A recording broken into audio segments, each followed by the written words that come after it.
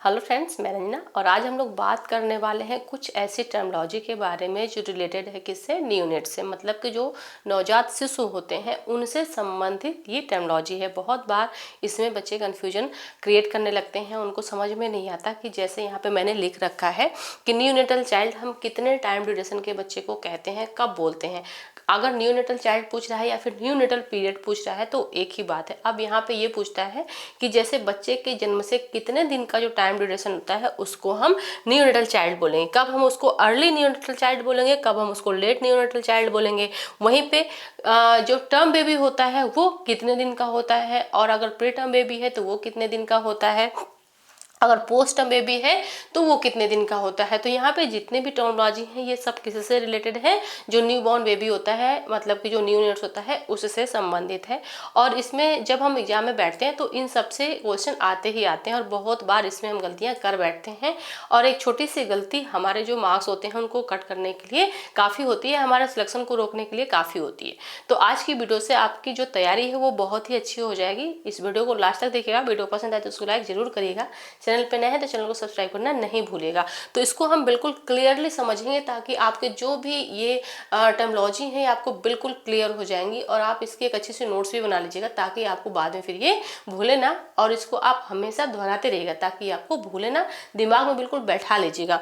तो यहाँ पे अगर हम बात करते हैं किसके बारे में, सबसे पहले हम बात करते हैं नियोनेटल चाइल्ड पीरियड की। यहाँ पे चाइल्ड नियोनेटल चाइल्ड कहें या फिर नियोनेटल पीरियड कहें एक ही बात है। कभी कभी क्या होता है कि एग्जाम में जब हम बैठते हैं तो वहाँ पे हमसे पूछ देता है time duration of neonatal child, या फिर पूछ देगा time duration of neonatal periods. तो वहाँ पे बच्चे गड़बड़ा जाते हैं, वो सोचते हैं कि यहाँ पे चाइल्ड की बात कह रहा है या फिर पीरियड की बात कह रहा है, किसकी बात यहाँ पे पूछ रहा है। तो आप बिल्कुल कंफ्यूज नहीं हुई। अगर वहाँ पे दिया है नियोनेटल पीरियड या फिर नियोनेटल चाइल्ड, पीरियड दिया है तो भी वही बात है, वो बच्चे के जन्म के बाद का समय ही पूछ रहा है। तो यहाँ पे अगर हम नियोनेटल चाइल्ड की बात करें तो इसको हम कैसे समझेंगे। जब किसी भी बच्चे का जन्म होता है तो उसके जन्म से लेके, बच्चे के जन्म से लेके जो 28 दिन का समय होता है, जो 28 दिन का समय होता है उसी को हम बोलते हैं नियोनेटल चाइल्ड। अगर 0 से लेके 28 दिन का बच्चा है तो उसको हम क्या बोलेंगे, नियोनेटल चाइल्ड बोलते हैं, या फिर उसको हम नियोनेटल पीरियड भी बोलते हैं। वहीं पे जो अर्ली नियोनेटल चाइल्ड होता है या फिर अर्ली नियोनेटल पीरियड होता है, ये कितने दिन का होता है। तो जन्म से लेके, जब बच्चे का जन्म होता है, जन्म से लेके 7 दिन का जो समय होता है, जन्म से लेके 7 दिन का जो समय होता है उसको हम क्या बोलते हैं, अर्ली नियोनेटल चाइल्ड बोलेंगे। अगर बच्चा है तो उसको हम क्या बोलेंगे, अगर वो 0 से लेके 7 दिन का है, मतलब जन्म के बाद उसका 7 दिन कंप्लीट हुआ है। अब वो तीसरा दिन हो, चौथा दिन हो, 5वां दिन हो, 6वां दिन हो, कोई भी दिन हो, लेकिन वो किस में आएगा, वो अर्ली नियोनेटल चाइल्ड या फिर अर्ली नियोनेटल पीरियड में आएगा। अगर मान लीजिए हम किसी को बताते हैं तो हम क्या बताएंगे कि ये अर्ली नियोनेटल चाइल्ड है। अगर वो बच्चा कितने दिन का है, अगर बच्चा 2 दिन का है या फिर 3 दिन का है या फिर 5 दिन का है या फिर 7 दिन का है, तो इसमें बच्चे को हम क्या टर्म देंगे, अर्ली नियोनेटल चाइल्ड है, या फिर इस बच्चे का कौन सा पीरियड चल रहा है, अर्ली नियोनेटल पीरियड चल रहा है। वहीं पे अगर जो बच्चा है वो 7 दिन से ज्यादा हो जा रहा है तो फिर हम उसको कौन सा टर्म देंगे, तब हम उसको बोलते हैं लेट नियोनेटल चाइल्ड या फिर लेट नियोनेटल पीरियड। लेकिन ये जो लेट नियोनेटल पीरियड है ये कितने दिन तक चलेगा, तो ये चलता है 8वें दिन से, बच्चे के जन्म के 8वें दिन से 27 दिन तक का जो समय रहता है, इसको हम किस में काउंट करते हैं, इसको हम काउंट करते हैं लेट नियोनेटल पीरियड में, या फिर लेट नियोनेटल चाइल्ड हम उसको बोलते हैं। अब जैसे हमको अपने रिकॉर्ड में मेंटेन करना है या फिर हम एग्जाम में बैठे हुए उस दौरान अगर हमसे पूछ लेता है अर्ली नियोनेटल पीरियड के बारे में, अगर मान लीजिए यहाँ पे पूछ देता है अर्ली नियोनेटल पीरियड के बारे में, अब यहाँ पे क्या करेगा कि अगर 0 से 7 डेज दे दिया, मान लीजिए कि यहाँ पे ऑप्शन में 0 से 7 डेज दे दिया, बी ऑप्शन में क्या किया उसने कि 8 to 10 डेज दे दिया, या फिर यहाँ पे सी ऑप्शन में क्या किया कि 0 to 28 डेज दे दिया, डी ऑप्शन में क्या किया 0 to 10 डेज दे दिया। तो अब यहाँ पे जब हमको पता है कि जो हमारा टाइम है अर्ली नियोनेटल चाइल्ड का या फिर अर्ली नियोनेटल जो पीरियड है, हमको पता है कि जन्म से लेकर 7 दिन का समय होता है, तो हमारा आंसर क्या होगा? ए होगा, क्योंकि हमको पता है कि 0 से लेकर 7 दिन का जो बच्चा होता है वही अर्ली नियोनेटल चाइल्ड या फिर अर्ली नियोनेटल पीरियड में काउंट किया जाता है। अगर 7 दिन से ज्यादा की बात कर रहा है, जैसे कि यहाँ पे 8वें दिन से 10वें दिन की बात कर रहा है, तो ये भी गलत ही होगा। लेकिन अगर यहाँ पे अर्ली नियोनेटल की जगह पे क्या रहता? Late neonatal. अगर यहाँ पे लेट नियोनेटल पूछता तो भी हम इसको मार्क कर सकते हैं, लेकिन हम कब करते? जब यहाँ पे ऑप्शन में हमारे पास नहीं रहता। जैसे कि यहाँ पे ऑप्शन में क्या है? 0 से 28 डेज दिया हुआ है, तो 0 से अगर 28 डेज को हम मार्क करते हैं किसमें? लेट नियोनेटल में, तो ये गलत हो जाएगा। क्यों गलत हो जाएगा? क्योंकि हमने पहले ही पढ़ रखा है कि नियोनेटल जो चाइल्ड पीरियड है वो जन्म से लेकर 28 दिन का है। तो यहाँ पे हमसे नियोनेटल चाइल्ड पीरियड नहीं पूछ रहा है, यहाँ पे क्या पूछ रहा है? लेट नियोनेटल पूछ रहा है। पहले तो अर्ली पूछा तो मैंने आपको बता दिया। फिर अगर मान लीजिए इसी क्वेश्चन को थोड़ा सा घुमा के देता है और यहाँ पे ऑप्शन यही रहते हैं लेकिन लेट नियोनेटल चाइल्ड पीरियड पूछ रहा है, तो फिर हम कैसे उसको मार्क करेंगे? तो 0 से लेके 28 दिन तो हम मार्क कर ही नहीं सकते, ये गलत हो जाएगा, क्योंकि ये क्या है? नियोनेटल चाइल्ड पीरियड है। 0 से 10 डेज का हम नहीं कर सकते हैं। क्यों नहीं कर सकते हैं 0 से लेके 10 डेज का? क्योंकि जन्म से लेके 10 दिन के बाद जो है वो लेट जो चाइल्ड पीरियड है उसमें आती ही नहीं है। क्यों नहीं आती? क्योंकि जन्म से लेके 7 दिन की बात किस में जा रही है? अर्ली नियोनेटल में जा रही है, और यहाँ पे जन्म से बात कर रहा है। अगर यहाँ पे क्या दिया होता? 7 रहता, अगर 7 to 10 रहता तो फिर हम एक बार सोच सकते थे, लेकिन यहाँ पे हमारे पास ये ऑप्शन है, ऑलरेडी हमारे पास ये ऑप्शन है, तो इसी को हम टिक करेंगे। क्यों? क्योंकि इसमें हमको यहाँ पे दिख रहा है कि ये तो 7 से ज्यादा भी है और प्लस क्या है कि 10 डेज तक है, और हमारे पास है कि हमारे पास लेट नियोनेटल चाइल्ड पीरियड क्या है? 8वें दिन से लेके जन्म से 8वें दिन से लेके जन्म के 8वें दिन से लेके 27 दिन का पीरियड किस में आता है? लेट नियोनेटल चाइल्ड में आता है। तो अगर ऑप्शन नहीं है हमारे पास और ये ऑप्शन हमको मिलता जुलता लग रहा है तो हम इसी को राइट आंसर मानेंगे। तो थोड़ा सा वहां पे कॉमन सेंस भी यूज करना पड़ता है जब हम एग्जाम में बैठते हैं उस दौरान, क्योंकि बहुत बार ऐसा होता है कि जो क्वेश्चन होते हैं वो थोड़ा सा घुमा के दे देता है और बहुत बार जो ऑप्शन होते हैं उन्हीं में आदमी डिस्टर्ब हो जाता है, क्योंकि बहुत सारे ऑप्शन जो होते हैं वो मिलते जुलते रहते हैं। अगर आपका कॉन्सेप्ट क्लियर नहीं है तो फिर गलती 100% हो जाती है। तो यहाँ पे चीज को अच्छे से समझ लीजिए। नियोनेटल क्या पूछ रहा है कि जो जन्म से लेके 28 दिन का बच्चा है वो नियोनेटल होगा। बिल्कुल क्लियर हो गया। अब इसको हम 2 पार्ट में डिवाइड कर लेते हैं। जैसे मान लीजिए कि यहाँ पे क्या है? नियोनेटल है, तो अब जो नियोनेटल पीरियड है बच्चे का उसको हम 2 भाग में डिवाइड कर लेते हैं। एक क्या कर लेते हैं? एक हम अर्ली कर देते हैं और एक हम क्या करते देते हैं? लेट कर देते हैं। अब अर्ली क्या है? नियोनेटल का हमको पता है कि ये 0 से लेके 28 दिन का है, तो अब इसी को हमको 2 भाग में डिवाइड करना है। अर्ली वाले में 0 से लेके 7 दिन का समय है और 8वें दिन से लेके 27वें दिन का जो समय है वो किस में आ जाएगा? लेट में आ जाएगा। और जैसे ही बच्चा 27 दिन कंप्लीट करेगा, 0 से लेके 27 दिन, जन्म से लेके 27 दिन जैसे ही बच्चा कंप्लीट करेगा दिन से बच्चा किस में काउंट होने लगेगा? न्यूनेटल पीरियड में काउंट होने लगेगा। तो इस तरह से हम अपने कॉन्सेप्ट को क्लियर करके इजीली अपने नोट्स बना सकते हैं, अपनी तैयारी अच्छे से कर सकते हैं। नेक्स्ट यहाँ पे क्या है? Term baby. तो टर्म बेबी हम कब कहते हैं? जब किसी भी बच्चे का जन्म, जैसे मान लीजिए किसी भी महिला ने क्या किया? प्रेगनेंसी कंसीव की। अब जो उसकी प्रेगनेंसी है उसने 37 वीक कंप्लीट कर लिए। अब अगर 37 वीक टू 42 वीक के बीच में बच्चे की डिलीवरी होती है तो इसको हम क्या बोलेंगे? इसको हम बोलेंगे टर्म बेबी। इसको हम क्या बोलेंगे? Term baby. अगर 37 वीक के बाद और 42 वीक के बीच में, मतलब 42 वीक के पहले ही किसी भी बच्चे की डिलीवरी हो जाती है, बच्चा डिलीवर हो जाता है, तो उसको हम टर्म बेबी बोलते हैं। अब आप इसको इजीली डिफाइन कर सकते हैं प्रीटर्म और पोस्टर्म को। कैसे? अब यहाँ पे अगर हम प्रीटर्म की बात करें तो प्रीटर्म कब कहेंगे? जब डिलीवरी बिफोर 37 वीक होती है। जब delivery before 37 week of pregnancy हो जाती है तो उसको हम क्या बोलते हैं? उन बच्चों को हम प्री टर्म बेबी बोलते हैं कि ये जो बच्चे हैं ये समय से पहले ही डिलीवर हो गए हैं। वहीं पे अगर पोस्टर्म की बात करें तो पोस्टर्म कब कहते हैं?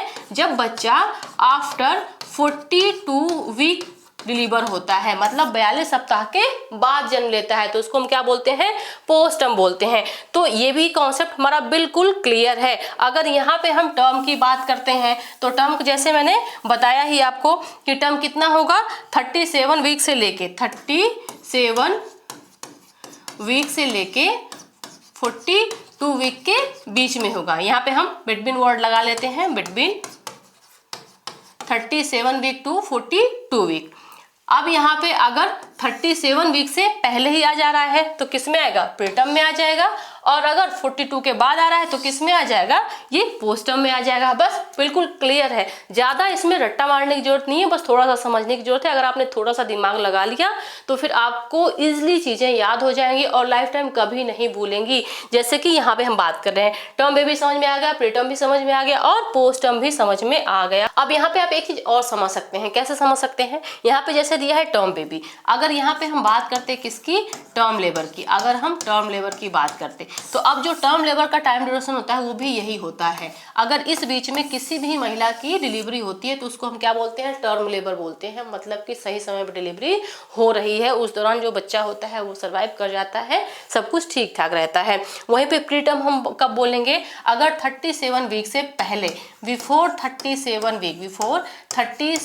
वीक जो महिला है उसकी डिलीवरी हो जा रही है तो उसको हम क्या बोलेंगे, उसको हम प्री टर्म लेबर बोलेंगे। क्या बोलेंगे, इसको हम बोलेंगे प्री टर्म लेबर।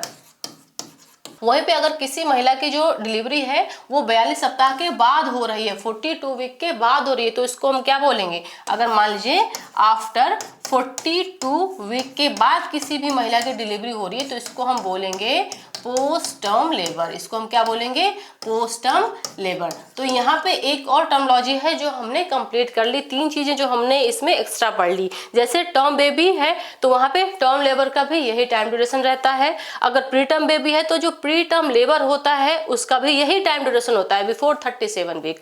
अगर यहाँ पे पोस्ट टर्म की बात कर रहा है, पोस्ट टर्म बेबी की, तो पोस्ट टर्म बेबी का मतलब अगर कह रहा है तो पोस्ट टर्म लेबर भी होगा। तो यहाँ पे सिंपली समझ लीजिए कि अगर 37 से लेके 42 के बीच में डिलीवरी हो रही है तो वो क्या है, वो टर्म है। अगर प्रीटर्म की बात करें तो बिफोर 37, अगर पोस्ट टर्म की बात करें तो आफ्टर 42। कॉन्सेप्ट बिल्कुल क्लियर हो गया। नेक्स्ट यहाँ पे हम बात करते हैं किसकी, लो बर्थ वेट बेबी की। तो यहाँ पे टर्म दिया गया है लो बर्थ वेट बेबी, इसको शॉर्ट फॉर्म में हम क्या बोलते हैं, LBW, low birth weight baby आप ऐड कर सकते हैं, अधिकतर LBW करके ही आता है। तो अब हम किन बच्चों को LBW बोलेंगे, ऐसे बच्चे जिनका वजन सामान्य से कम होता है। अब नॉर्मल बच्चों का वेट कितना होता है एट बर्थ, तो वहाँ पे 2.5 kg टू 3.5 kg जो बच्चों का वेट होता है ये नॉर्मल होता है एट बर्थ। अगर कोई ऐसा बच्चा है जो टर्म पे पैदा हुआ है, पूरे समय पे पैदा हुआ है अपने, तो उसका जो वजन होगा वो 2.5 किलो से लेकर 3.5 किलो के बीच में रहता है। वहीं पे अगर किसी भी बच्चे का जो वजन है वो 4 किलो से अधिक रहता है तो ऐसे बच्चों को हम क्या बोलते हैं, ऐसे बच्चे को हम बोलते हैं मैक्रोसोमिया। मैक्रोसोमिया क्यों बोलते हैं, क्योंकि इन बच्चों का जो वजन होता है वो 4 किलो या फिर 4 किलो से अधिक होता है। ये अधिकतर उन लोगों में देखने को मिला है, उन महिलाओं में देखने को मिला है जो महिलाओं को डायबिटीज की समस्या होती है। उन महिलाओं में देखा जाता है कि जो बच्चा होता है उसका वजन भी ज़्यादा होता है और उसका जो आकार होता है, साइज होता है, वो भी बड़ा होता है। इसलिए जिन महिलाओं को डायबिटीज की समस्या हो जाती है ड्यूरिंग प्रेगनेंसी, उन महिलाओं को अधिकतर ऑपरेशन करवाना पड़ता है, सिजेरियन करवाना पड़ता है। नॉर्मल डिलीवरी उन लोगों की कम होती है क्योंकि बच्चे का जो साइज है, बच्चे का जो वेट है वो नॉर्मल के अपेक्षा ज़्यादा हो जाता है। तो इन बच्चों को हम क्या बोलते हैं, मैक्रोसोमिया बोलते हैं। यहाँ पे हम बात करते हैं किसकी, लो बर्थ वेट बेबी की। तो किन बच्चों को हम लो बर्थ वेट की कैटेगरी में रखते हैं, ऐसे बच्चे जिनका वजन लेस देन 2.5 kg होता है। मतलब ऐसे बच्चे जिनका वजन 2.5 किलो से कम होता है जन्म के समय, उन बच्चों को हम क्या बोलते हैं, लो बर्थ वेट बेबी बोलते हैं। अगर किसी भी महिला की डिलीवरी हुई और उसका जो बच्चा है वो 2.5 किलो से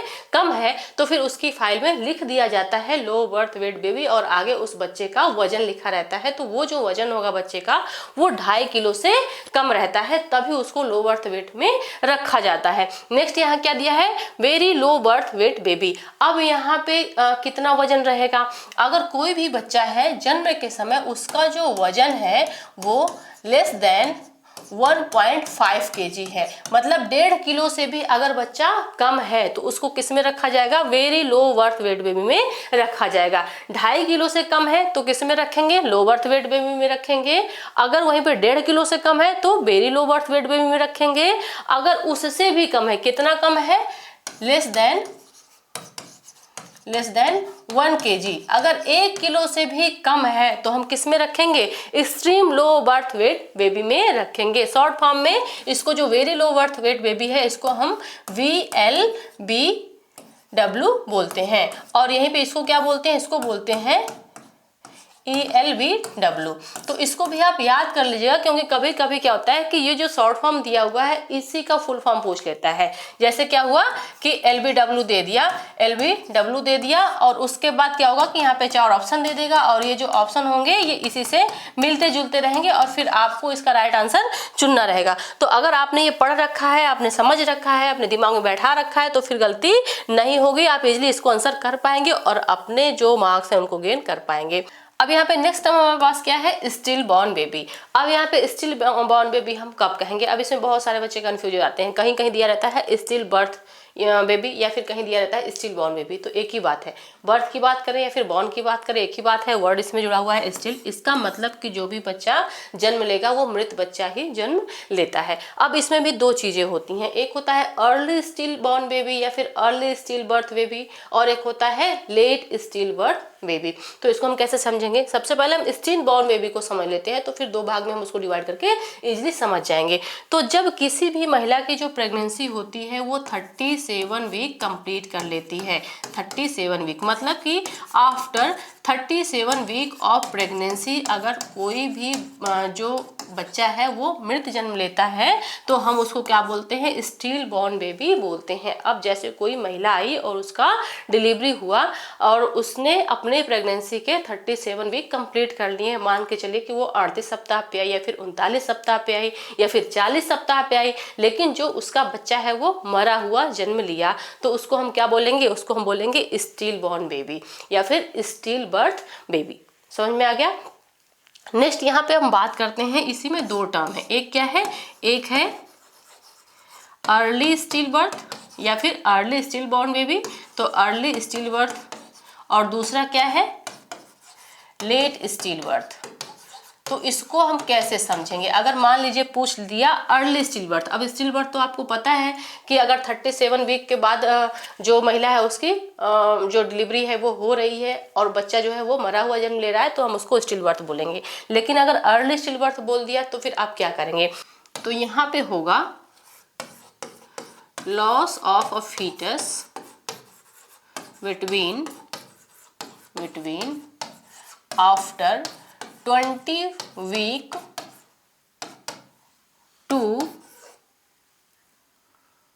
27 वीक ऑफ प्रेगनेंसी। अब यहाँ पे क्लियर हो गया कि जो अर्ली स्टिल बर्थ है हम कब बोलेंगे? अगर किसी भी महिला ने प्रेगनेंसी कंसीव की और उसकी जो प्रेगनेंसी है उसने 20 सप्ताह कंप्लीट कर लिए। 20 सप्ताह का मतलब कितना?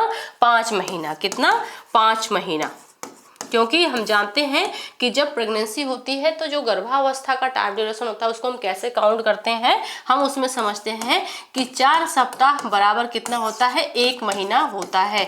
तो यहाँ पे हमने कितने वीक काउंट किए? कितने सप्ताह? 20 सप्ताह। तो यहाँ पे कितने महीने होंगे? 1 महीने में 4 सप्ताह, तो 20 सप्ताह मतलब कितना? 5 महीने की बात कही जा रही है। तो अगर किसी भी महिला की जो गर्भावस्था है वो 5 महीने पूरे कर लेती है और उसके बाद उसका जो बच्चा है वो खराब हो जाता है, मृत बच्चा जन्म लेता है, मरा हुआ बच्चा जन्म लेता है, लेकिन उसमें क्या है? 37 वीक के पहले ये चीजें होती हैं, तो उसको हम किस में रखेंगे? अर्ली स्टिल बर्थ में रखेंगे।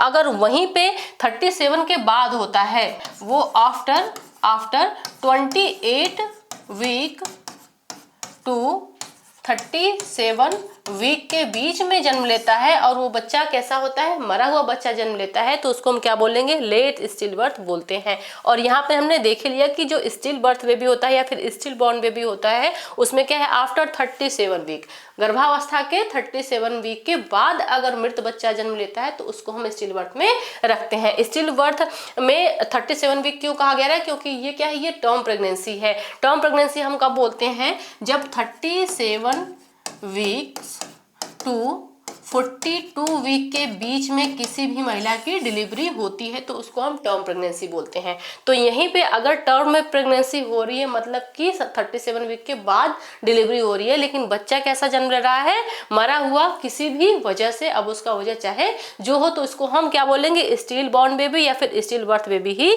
बोलेंगे। यहीं पे अगर बिफोर 20 वीक हो रहा है, अगर बिफोर 20 वीक जो महिला की प्रेगनेंसी है वो लॉस हो रही है, तो इसको हम क्या बोलेंगे, फिर हम इसको क्या बोलेंगे, इसको हम एबॉर्शन बोलेंगे, इसको हम एबॉर्शन या फिर मिसकैरेज बोलेंगे। प्रेगनेंसी अगर 20 सप्ताह से पहले खराब हो रही है तो उसको हम एबॉर्शन बोलेंगे। 20 सप्ताह के बाद खराब हो रही है लेकिन 27 वीक के पहले हो रही है तो क्या होगा, अर्ली स्टिल बर्थ होगा। अगर वहीं पे 28 सप्ताह के बाद लेकिन 37 सप्ताह के पहले हो रहा है तो फिर क्या होगा, लेट स्टिल बर्थ होगा। अगर 37 वीक के बाद हो रहा है तो फिर क्या होगा, स्टिल बॉर्न बेबी होगा। तो आई होप कि ये चीजें आपको बिल्कुल क्लियर हो गई होंगी। अब इसमें आपको कोई कंफ्यूजन नहीं होगा कि हम स्टिल बर्थ कब बोलेंगे, एबॉर्शन कब बोलेंगे, अर्ली स्टिल बर्थ कब बोलेंगे, लेट स्टिल बर्थ कब बोलेंगे। तो यहाँ पे आज हमने इतने टर्म्स थे जिनके बारे में पढ़ लिया। अगले वीडियो में फिर हम किसी नए टॉपिक पे बात करेंगे। तो आज के लिए बस इतना ही, मिलते हैं अगली वीडियो में, तब तक के लिए थैंक यू सो मच।